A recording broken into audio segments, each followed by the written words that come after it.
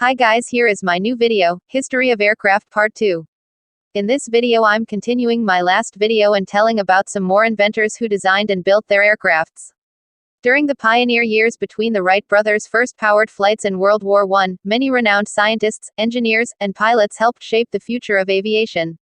Among them, these few stand out not just as pioneers but also trailblazers. Louis Ferdinand Furber, the 8th of February 1862 the 22nd of September 1909, was a French army officer who played an important role in the development of aviation during the early 1900s.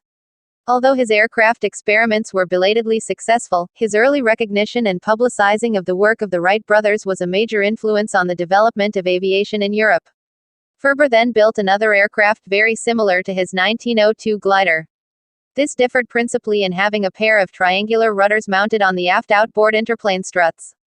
This aircraft was then fitted with a 6-horsepower, 4 kilowatts buckjet engine, driving a pair of coaxially mounted propellers, in which form it was called the Type 5 bis. Between September 1903 and October 1904 a number of attempts at flight were made, and he also constructed a tall latticework tower supporting a long counterbalanced revolving arm from which the aircraft was suspended. Furber wrote that trials of this machine were completely useless but drew public attention to aviation. Alberto Santos Dumont was a Brazilian inventor and aviation pioneer, one of the very few people to have contributed significantly to the development of both lighter-than-air and heavier-than-air aircraft. In his early career he designed, built, and flew hot air balloons and early dirigibles, culminating in his winning the Deutsche de la Meurthe Prize on the 19th of October 1901 for a flight that rounded the Eiffel Tower. He then turned to heavier-than-air machines, and on the 23rd of October 1906 his 14 bis made the first powered heavier-than-air flight in Europe to be certified by the Aero Club de France and the Fédération Aéronautique Internationale.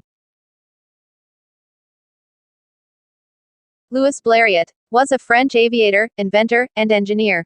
He developed the first practical headlamp for cars and established a profitable business manufacturing them, using much of the money he made to finance his attempts to build a successful aircraft. Blériot was the first to use the combination of hand-operated joystick and foot-operated rudder control as used to the present day to operate the aircraft control surfaces.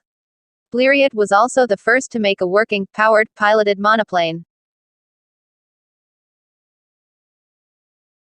Gabriel Voisin Charles Voisin were a French aviation pioneer and the creator of Europe's first manned, engine-powered, heavier-than-air aircraft capable of a sustained, 1-kilometer, circular, controlled flight, which was made by Henry Farman on January 13, 1908, near Paris, France. During World War I the company founded by Voisins became a major producer of military aircraft, notably the Voisin III. Subsequently, they switched to the design and production of luxury automobiles under the name Avions Voisin.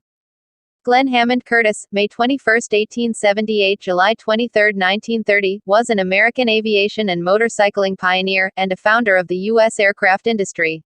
He began his career as a bicycle racer and builder before moving on to motorcycles. As early as 1904, he began to manufacture engines for airships. In 1908, Curtis joined the Aerial Experiment Association, a pioneering research group, founded by Alexander Graham Bell at Bean Brig, Nova Scotia, to build flying machines. Geoffrey de Havilland built his first airplane in 1909, wrecked it then sold his second to the British War Office. He joined the Royal Aircraft Factory in 1911 and within a year had produced two historically important aircraft, the BE-1 and the BE-2.